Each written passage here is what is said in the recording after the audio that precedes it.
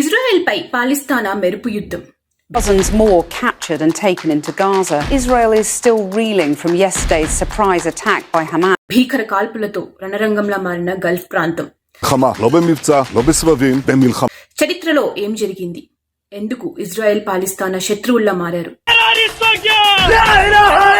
ఒక హిందువు, ఒక భారతీయుడు ఇజ్రాయెల్ని చూసి ఏం నేర్చుకోవాలి? ఇవన్నీ తెలుసుకోవాలి అంటే వీడియో మొత్తం వినండి. రామ్ రామ్ ఫ్రెండ్స్. ఇజ్రాయెల్ పాలస్తీనా మధ్య ఏం జరుగుతుంది? ఎవరిది దురాక్రమణ? ఎవరిది జీవన్ మరణ పోరాటం? చరిత్ర మళ్లీ మళ్లీ చెప్పుకోవడం చాలా చాలా అవసరం. మీడియా సరే నిజం చెప్పదు. నిజమేంటో తెలుసుకుందామా? గత కొన్నేళ్లుగా నివురుగప్పిన నిప్పులా ఉన్న ఇజ్రాయెల్ పాలస్తీనా వివాదం ఒక్కసారిగా భగ్గుమంది. దశాబ్దాల వైరం మరోసారి కట్టలు తెంచుకుంది. ఇరు దేశాల మధ్య యుద్ధ మేఘాలు అలుముకునేలా చేసింది. జెరూసలేం మాస్క్ల నుండి జ్యూస్ కి, ఇజ్రాయెల్ కి అగెయిన్స్ట్ గా స్లోగన్స్ రేస్ చేశారు.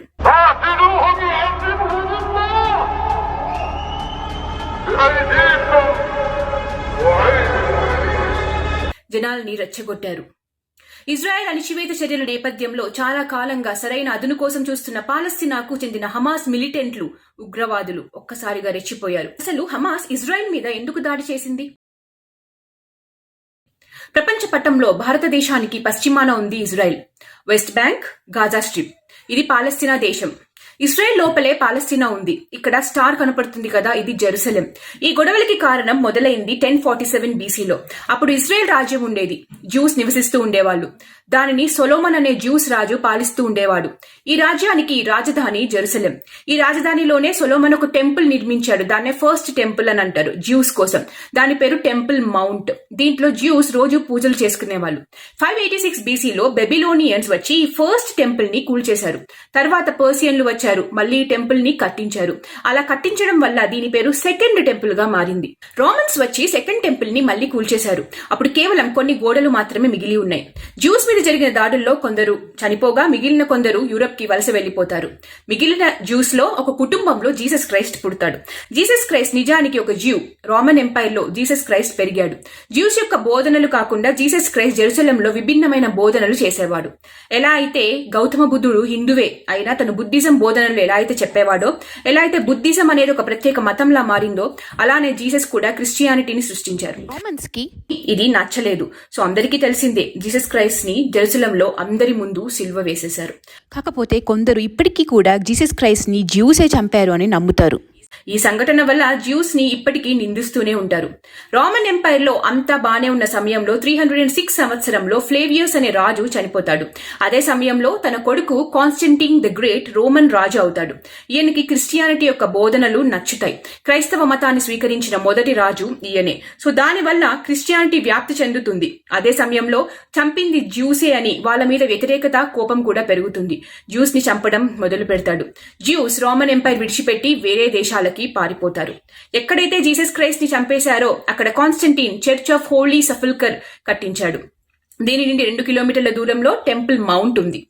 638 ADలో రోమన్స్ ని ఓడించి అరబ్ ఆర్మీ ఆఫ్ ఉమర్ వస్తారు. వాళ్ళు రాగానే జ్యూస్ యొక్క సెకండ్ టెంపుల్ ఉంది కదా, అక్కడ డోమ్ ఆఫ్ ద రాక్ కట్టుకున్నారు. అల్ అక్సా మస్జిద్ కూడా కట్టుకున్నారు. ఇది వెస్టర్న్ వాల్. ఈ మొత్తం స్థలాన్ని జ్యూస్ టెంపుల్ మౌంట్ అంటారు. ముస్లింస్ ఏమో హరామ్ అల్ షరీఫ్ అని అంటారు. ఇంతకు ముందు 2 కిలోమీటర్ల దూరంలో చర్చ్ ఆఫ్ హోలీ సెపల్చర్ కూడా ఉందని చెప్పాను కదా. సో ఈ మూడు కూడా 37 ఎకర్లో ఉన్నాయి. సో జ్యూస్, ముస్లిమ్స్, క్రిస్టియన్స్ ఇలా ముగ్గురికి చాలా ప్రాముఖ్యమైనవి ఇక్కడ ఉన్నాయి. మక్కా, మదీనా తర్వాత ఈ టెంపుల్ మౌంట్ ముస్లిమ్స్ కి చాలా ఇంపార్టెంట్. సో ఈ ముగ్గురు మతస్థులు దీనికోసమే గొడవ పడుతున్నారు. జ్యూస్ వాళ్ళ సొంత దేశాన్ని, భూమిని ఎప్పుడూ మర్చిపోలేదు. వాళ్ళు ప్రపంచంలో ఎక్కడ నివసిస్తున్నా టెంపుల్ మౌంట్ ఏ దిక్కులో ఉందో అటువైపే మొహం చేసి పూజ చేసుకునేవాళ్ళు. ఈ రోజుకి కూడా అలానే చేస్తారు. జియోనిజం అనే ఒక ఉద్యమం మొదలైంది. ప్రధాన లక్ష్యం జ్యూస్ వాళ్ళ భూమిని తిరిగి పొందడం.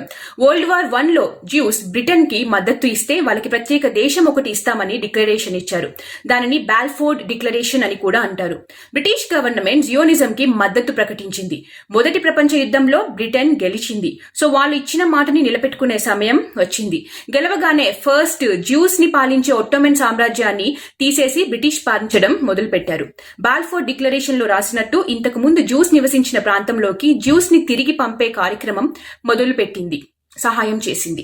పాలస్తీన్లో అరబ్ జనాభా ఎక్కువ ఉండేది.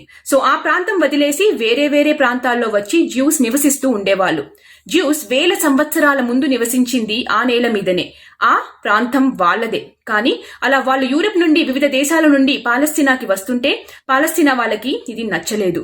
జ్యూస్ కి బ్రిటిషర్స్ మద్దతుతో పాటు జూయిష్ నేషనల్ ఫండ్ అనే ఒక సంస్థ కూడా మద్దతు ఇచ్చింది, ఆర్థిక సహాయం చేసింది. సో ఆ డబ్బులతో పాలస్తీనాలో జ్యూస్ భూమి కూడా కొనుగోలు చేయడం ప్రారంభించారు. 1878 జనాభా లెక్కల ప్రకారం మొత్తం జనాభా 4.7 లక్షలు ఉంటే దాంట్లో 25,000 మంది జ్యూస్ ఉంటే మిగతా అందరూ అరబ్సే ఉన్నారు. 1914 వచ్చే వరకు జ్యూస్ యొక్క జనాభా 85,000 మంది అయ్యారు. ఈస్టర్న్ యూరప్ నుండి, పోలాండ్ నుండి పాలస్తీనాకి జ్యూస్ అందరూ వస్తూ ఉన్నారు. మరి వాళ్ళ మాతృభూమి కూడా కదా అది. అది మాత్రమే కాదు, హిట్లర్ చేతుల్లో ఉన్న అన్ని దేశాలలో జ్యూస్ ని అత్యంత దారుణంగా చంపేస్తున్నారు. ఒకటి జీసస్ క్రైస్ట్ చంపారు అని జ్యూస్ క్రైస్తవ ద్వేషులు అని ద్వేషం చూపిస్తుంటే, ఇంకొందరు జ్యూస్ వ్యాపారం చేస్తున్నారని, డబ్బులతో వ్యాపారం చేస్తున్నారని, ఆ అప్పులు ఇస్తున్నారని, ఇది క్రైస్తవం ఒప్పుకోదు అని ద్వేషించడం మొదలు పెట్టారు. చర్చ్ కూడా ఇది ఒప్పుకోలేదు. సో ఆ ద్వేషంతో వాళ్ళని సరిగ్గా చూడకపోవడం, తక్కువ చేయడం, వివక్ష చూపించడం, దొంగతనాలు చేయడం, కొట్టడం లాంటివి చేస్తూ ఉండేవాళ్ళు. యూరప్ లో ఉన్న నాజీస్ జ్యూస్ యొక్క భూమిని, ఆస్తులను లాక్కోవడం మొదలు పెట్టారు. వాళ్ళ ఇళ్లను, సామాన్లను తీసుకెళ్లిపోవడం, లూటీ చేయడం చేశారు. జ్యూస్ కనీసం ప్రజల్లోకి రాకూడదు అని కూడా చెప్పారు. రేషియల్ లాస్ కూడా పట్టుకొచ్చారు. జ్యూస్ ని పెళ్లి కూడా చేసుకోవద్దు అనే ఒక చట్టాన్ని కూడా తీసుకొచ్చారు. 3rd గ్రేడ్ సిటిజన్స్ లా చూడడం మొదలు పెట్టారు. రెండవ ప్రపంచ యుద్ధంలో జ్యూస్ హోలోకాస్ట్ గురించి అందరికీ తెలిసే ఉంటుంది. 60 లక్షల జ్యూస్ ని చంపేశాడు హిట్లర్.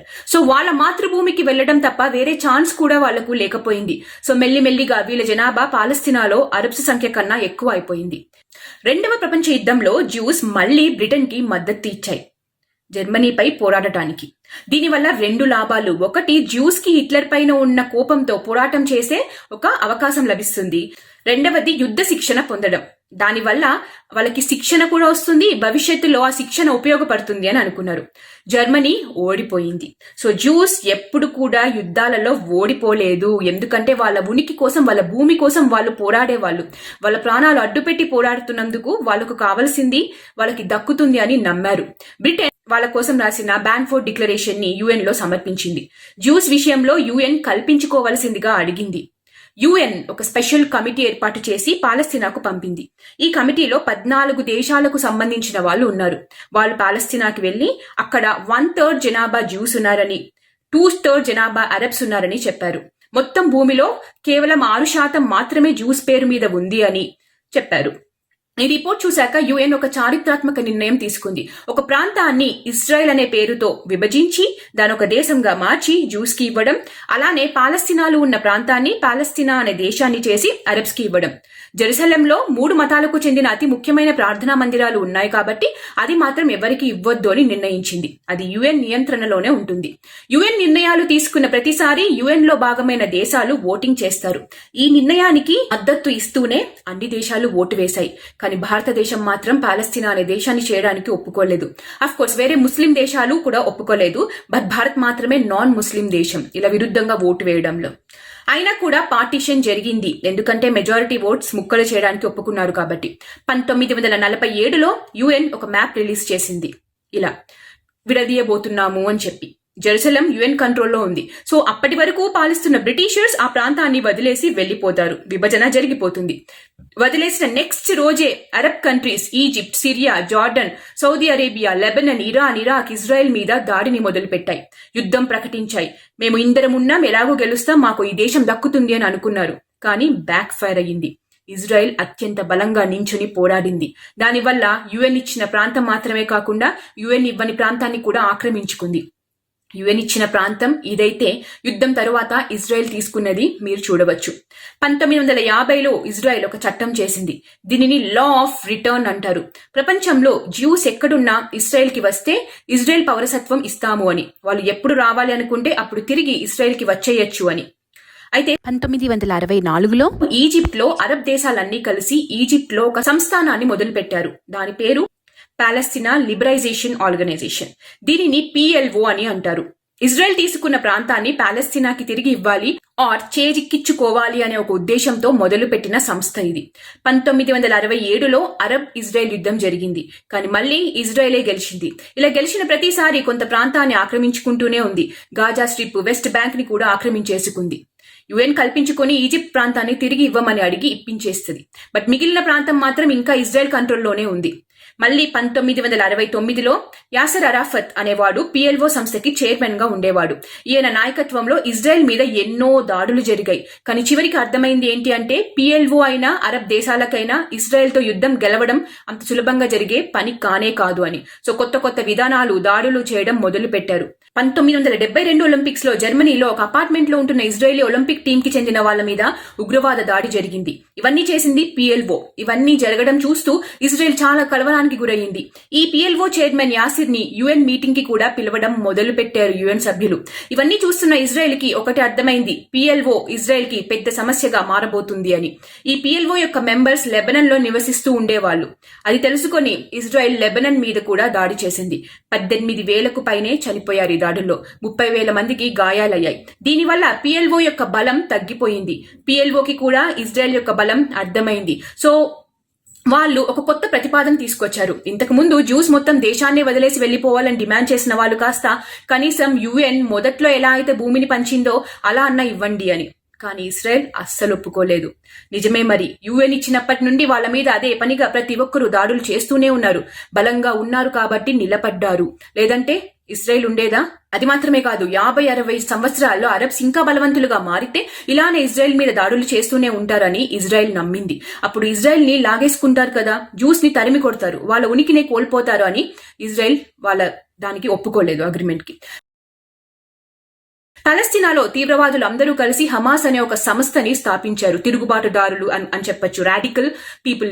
వీళ్ళు ఇజ్రాయెల్ మీద గొరిల్లా యుద్ధం చేయడం ప్రారంభించారు. అంటే ఒక రూల్స్, ఒక పద్ధతి, పాడు, నీతి, నియమాలు ఏమీ ఉండవు. ఇష్టానికి దాడులు చేస్తూ ఉంటారు. ఈ హమాస్ తీవ్రవాద సంస్థకి అరబ్స్ అధికంగా సహాయం చేస్తూ వచ్చాయి. ఇదంతా జరుగుతుంటే రెండు దేశాల నాయకులు శాంతియుత ఒప్పందాలు చేసుకోకూడదా అనే ఆలోచన మీకు రావచ్చు. కానీ ఎప్పుడైతే శాంతియుత చర్చలు చేద్దాం అనుకున్నారో అప్పుడు ఆ దేశ ప్రజల నుండి వ్యతిరేకత ఎదుర్కొనే వారన్నమాట అక్కడ నాయకులు. ఒకసారి అలానే ఇజ్రాయెల్ ప్రధానమంత్రి శాంతియుతంగా మాటలు చేద్దాము అని చెప్పిన వెంటనే ఆయన హత్యకి గురయ్యారు. ప్రస్తుతం హమాస్ అనే ఈ తీవ్రవాద సంస్థ గాజా స్ట్రిప్ నుండి ఇజ్రాయెల్ మీద దాడులు చేస్తుంది. ఇది జరుగుతుంది. శనివారం వేకువజామున అనూహ్యమైన రీతిలో ఇజ్రాయెల్ పై రాకెట్ దాడులకు పాల్పడ్డారు. కేవలం 20 నిమిషాల వ్యవధిలోనే 5,000కు పైగా రాకెట్లు ఇజ్రాయెల్ పై ప్రయోగించారు. సరిహద్దు గోడల్ని, కంచెల్ని బాంబులతో పేల్చేస్తూ కనీవినెరుగని స్థాయిలో విధ్వంసానికి పాల్పడ్డారు. పారాగ్లైడింగ్ ద్వారా గాజా స్ట్రిప్ నుంచి సరిహద్దుల్ని దాటుకుని ఇజ్రాయెల్ భూభాగంలోకి ప్రవేశించారు. దీంతో ఇరు దేశాల మధ్య తీవ్ర ఉద్రిక్తలు నెలకొన్నాయి. ఈ క్రమంలోనే ఇజ్రాయెల్ ప్రభుత్వం దేశంలో అత్యవసర పరిస్థితిని డిక్లేర్ చేసింది. పాలస్తీనా మిలిటెంట్లపై యుద్ధాన్ని ప్రకటించింది. ఇరువైపుల నుంచి దాడులు, ప్రతిదాడుల నేపథ్యంలో పాలస్తీనాలోని గాజా స్ట్రిప్, ఇజ్రాయెల్ సరిహద్దు ప్రాంతాల్లో భీతావహ వాతావరణం నెలకొంది. Hundreds of men, women and children gunned down in their cars, homes and at a rave. The worst attack inside Israel since the formation of the nation in 1948. There's really no comparison. పూర్వం పురాణాల్లో అసురులు మానవులకు ఎలా నరకం చూపించేవారో విన్నాం కదా. అంతకన్నా దారుణమైన దృశ్యాలే చూడవలసి వచ్చింది. చిన్నపిల్లల దగ్గర నుండి ముసలి వాళ్ళ వరకు ఎవరిని వదిలిపెట్టలేదు. ఇంకా దారుణమైన సంఘటన ఏంటి అంటే ప్రెగ్నెంట్ ఉన్న మహిళల్ని కూడా అత్యంత దారుణంగా. ఇవన్నీ చూసి ముఘలులు మన దేశాన్ని ఆక్రమణ చేసుకున్న రోజుల్లో ఎందుకు మహిళలు జోహార్ చేసుకునే వాళ్ళు అర్థమైంది అని కొందరు నెటిజన్స్ పోస్టులు పెడుతున్నారు. అదే భర్త చనిపోగానే భర్తతో పాటే ప్రాణత్యాగం చేయడం. స్వరా భాస్కర్ పద్మావత్ సినిమా చూసి అనింది ఉమెన్ అంటే కేవలం వెజినానే, ఈ రోజుల్లో ఏమీ మారలేదు అని. ఈ రోజున ఈ మేడం గారే ఇండైరెక్ట్ గా పాలస్తీనా ఉగ్రవాదుల వైపు మాట్లాడుతుంది. అలీగఢ్ ముస్లిం యూనివర్సిటీ నుండి కూడా అదే పాలస్తీనాకు మద్దతు. గౌహర్ ఖాన్ కూడా పాలస్తీనాకి మద్దతుగా ట్వీట్ చేసింది. ఒక సమూహం పాలస్తీనాకి మద్దతుగా, ఇంకో సమూహం ఇజ్రాయెల్ కి సపోర్ట్ గా విడిపోయారు. మన భారతదేశ ప్రధానమంత్రి నరేంద్ర మోదీ గారు పూర్తి మద్దతు ఇజ్రాయెల్ కి అని చెప్పారు. అండ్ ఇది కరెక్ట్ నిర్ణయం. ఎందుకంటే ఇజ్రాయెల్ 1971లో ఇండో పాకిస్తాన్ యుద్ధం జరుగుతున్నప్పుడు, కార్గిల్ వార్ 1999లో కూడా జరుగుతున్నప్పుడు మనకే మద్దతుగా నిలిచింది. కోవిడ్ అప్పుడు కూడా మెడికల్ ఎయిడ్ పంపింది మన దేశానికి. సాయం చేసింది కాబట్టి కనీస కృతజ్ఞత ఉండడం అనేది మనిషి లక్షణం కదా. కన్న తల్లి పాలు తాగి కడుపులో తన్నే రకాలు, జాతి వేరే ఉన్నారని ప్రత్యేకంగా చెప్పనక్కర్లేదు. Modi's statement is it's very important. He's the leader. He's the elected leader of the largest democracy on earth. His voice on this matter, his leadership on this matter is extremely important. Israel సమరశంఖం పూరించింది. పాలిస్తానా వైపు నుంచి జరుగుతున్న rocket దాడులని Israel రక్షణ వ్యవస్థ తిప్పికొడుతుంది. Anti rocket defence సాయంతో rocket దాడులను అడ్డుకుంటోంది. అయితే అప్పటికే వేలాది మంది హమాస్ ఉగ్రవాదులు పాలిస్తానా పౌరులు ఇజ్రాయెల్ భూభాగంలోకి ప్రవేశించడంతో అక్కడ సివిల్ వార్ జరుగుతుంది. బాంబు పేలుళ్లు, తుపాకీల మూతతో దద్దరిల్లిపోతుంది. ఈ క్రమంలో వందల సంఖ్యలో పౌరులు చనిపోగా అనేక మంది గాయపడినట్లు వార్తలు వస్తున్నాయి. ఇరువైపుల నుంచి భీకరమైన కాల్పులు జరుగుతుండటంతో మృతుల సంఖ్య మరింత పెరిగే అవకాశం కనిపిస్తుంది. మొత్తం మీద ఇజ్రాయెల్ పాలిస్తానా వివాదం మరింత ముదిరి ఇలా యుద్ధానికి దారితీయటంతో గల్ఫ్ ప్రాంతంలో తీవ్ర ఉద్రిక్తలు నెలకొన్నాయి. అగ్రరాజ్యం అమెరికా ఇప్పటికే ఇజ్రాయెల్ కు అండగా నిలిచింది. Prime Minister Netanyahu again this morning telling him a carrier strike group is on the way, as well as weapons, ammunition and fighter jets. ఆర్మీని, ఆయుధాలను, యుద్ధ విమానాలను, ఫైటర్ జెట్స్ ని పంపుతుంది. జర్మనీ, ఫ్రాన్స్ కూడా ఇజ్రాయెల్ కే మద్దతు ప్రకటించాయి. Qatar, Kuwait, Turkey, Iraq, Iran, Yemen, Lebanon పలు ముస్లిం దేశాలు పాలస్తీనాకు మద్దతు పలుకుతున్నాయి. లెబనాన్ అయితే ఇజ్రాయెల్ మీద రాకెట్లు కూడా ప్రయోగించింది. Mortar rounds being fired from Lebanon in. ఈ నేపథ్యంలో ఈ వివాదానికి తొందరగా తెరపడకపోతే ఈ యుద్ధం మరింత తీవ్ర స్థాయికి చేరే అవకాశం ఉందని అంతర్జాతీయ పరిశీలకులు అంచనా వేస్తున్నారు. ఇజ్రాయెల్ హమాస్ యుద్ధంలో మృత్యుఘోష కొనసాగుతుంది. ఈ యుద్ధంలో రెండు వైపుల మృతుల సంఖ్య రోజు రోజుకు భారీగా పెరుగుతోంది. ఈ యుద్ధంలో ఇప్పటి వరకు 1600 మంది చనిపోయారు. గాజా ఆరోగ్య మంత్రిత్వ శాఖ తెలిపిన వివరాల ప్రకారం 4 రోజులుగా కొనసాగుతున్న యుద్ధంలో ఇజ్రాయెల్ దాడుల్లో 143 మంది పిల్లలు, 105 మంది మహిళలు సహా 704 మంది మరణించారు. 4000 మందికి పైగా గాయపడ్డారు. ఇక హమాస్ దాడి కారణంగా ఇజ్రాయెల్లో కనీసం 900 మంది మరణించారు. 2600 మంది గాయపడ్డారు. బందీలుగా ఉన్న 100 మంది ఇజ్రాయెల్ పౌరుల మృతదేహాలు వ్యవసాయ పొలంలో లభించాయి. ఈ నేపథ్యంలో ఇజ్రాయెల్ ప్రధానమంత్రి బెంజమిన్ నెతాన్యాహు హమాస్ ఉగ్రవాద సంస్థ రహస్య స్థావరాలను ధ్వంసం చేస్తామని ప్రతిజ్ఞ చేశారు. హమాస్ పై ఇజ్రాయెల్ దాడి చేయడం ప్రారంభించిందని ఆయన తెలిపారు. మేము ఈ యుద్ధాన్ని కోరుకోలేదు. ఇది అత్యంత క్రూరమైన రీతిలో మాపైకి బలవంతంగా వచ్చింది. హమాస్ ఈ యుద్ధాన్ని ప్రారంభించినప్పటికీ ఇజ్రాయెల్ దానిని పూర్తి చేస్తుంది అని చెప్పారు. That will be remembered by them and Israel's other enemies for decades to come. Hamas terrorists bound, burned and executed children. They are savages. Hamas is ISIS. ఇజ్రాయెల్లో ఉన్న భారతీయులు ప్రాణాలు కూడా పోతున్నాయి. ఇలా ప్రతి దాడి మొదలు పెట్టగానే పాలస్తీనాలు UN కి లేఖ రాశారు. ఇజ్రాయెల్ దాడి చేస్తుంది అని, దీనిని ఎలా అయినా ఆపాలి అని పేర్కొంది. మరి దాడి చేసినప్పుడు ఈ బుద్ధి ఏమైంది? ఆడపిల్లల్ని తీసుకుని వెళ్ళినప్పుడు ఈ బుద్ధి ఏమైంది? దొంగల్లా దాడి చేసినప్పుడు ఏమైంది? ఇజ్రాయెల్ డిఫెన్స్ మినిస్టర్ కూడా ఘాటుగానే సమాధానం చెప్పారు. మేము మనుషుల రూపంలో ఉన్న జంతువులతో పోరాటం చేస్తున్నాము అని. ఇలా రెండు వైపులా అమాయకుల ప్రాణాలు కూడా పోతున్నాయి ఉగ్రవాదులతో పాటు. ఈ సమస్యకి శాశ్వత పరిష్కారం ఎప్పుడు లభిస్తుంది? ఈ వీడియో చూడండి. అమెరికాలో ఉంటున్నా ఏమంటున్నారో, ఎవరికి మద్దతు ఇస్తున్నారో. Israel would not exist without America. So no America first for you? No. Are you an American? Yes. And you don't want to put America first? No.